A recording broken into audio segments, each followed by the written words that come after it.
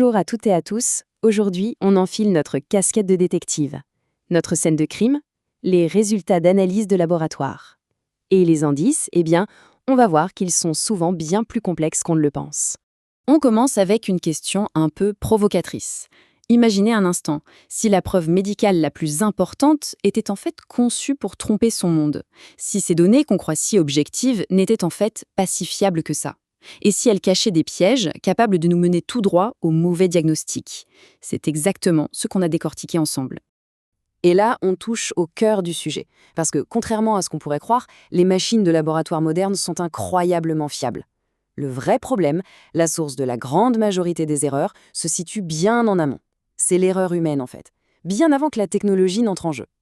Bon, alors, si on part du principe que le problème est souvent humain, ça change tout ou non? Comment est-ce qu'on doit aborder ces données? La toute première règle, la plus importante, c'est de changer complètement sa façon de voir les choses. Un résultat de labo, ce n'est pas un verdict qui tombe. Non, c'est juste un indice. Cette citation le résume parfaitement. C'est une pièce de puzzle. Une seule pièce, toute seule, qu'est-ce qu'elle nous dit? Pas grand-chose. C'est pareil pour un chiffre, même s'il semble anormal.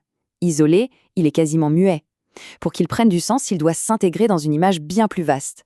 L'historique du patient, l'examen clinique, les symptômes, c'est une preuve qui vient simplement appuyer ou contredire une hypothèse.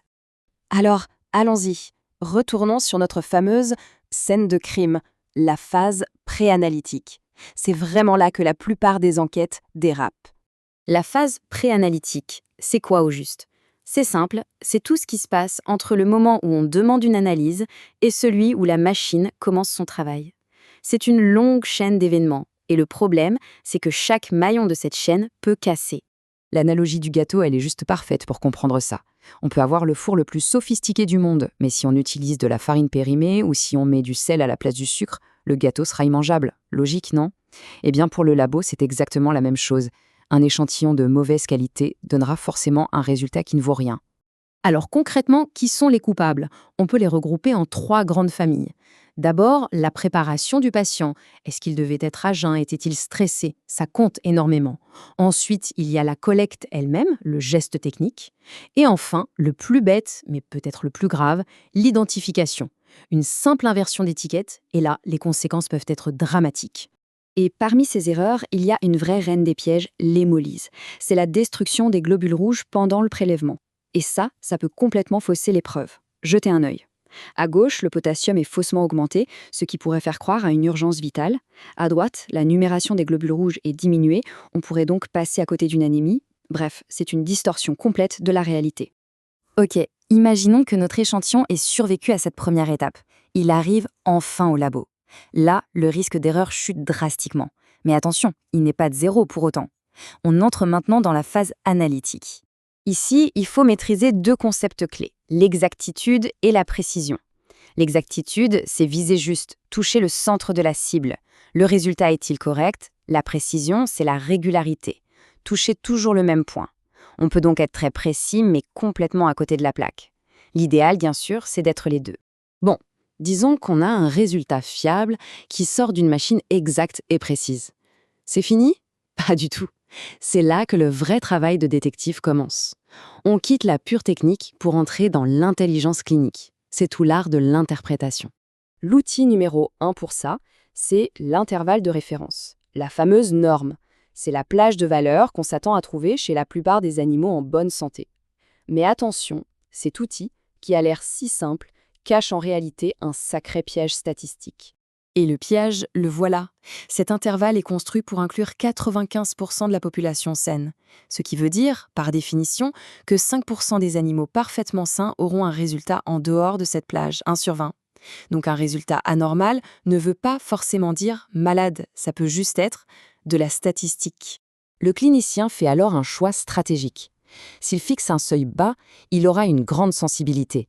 Il ne manquera presque aucun malade, mais il aura beaucoup de fausses alertes. À l'inverse, avec un seuil haut, il aura une grande spécificité. Chaque cas positif sera presque certainement un vrai malade, mais il passera à côté de cas moins sévères. C'est un équilibre constant entre dépistage et confirmation. Pour trouver cet équilibre parfait, on utilise un outil visuel, la courbe ROC. Regardons ce graphique. L'axe vertical, c'est la capacité à trouver les malades. L'axe horizontal, c'est en gros le taux de fausses alertes.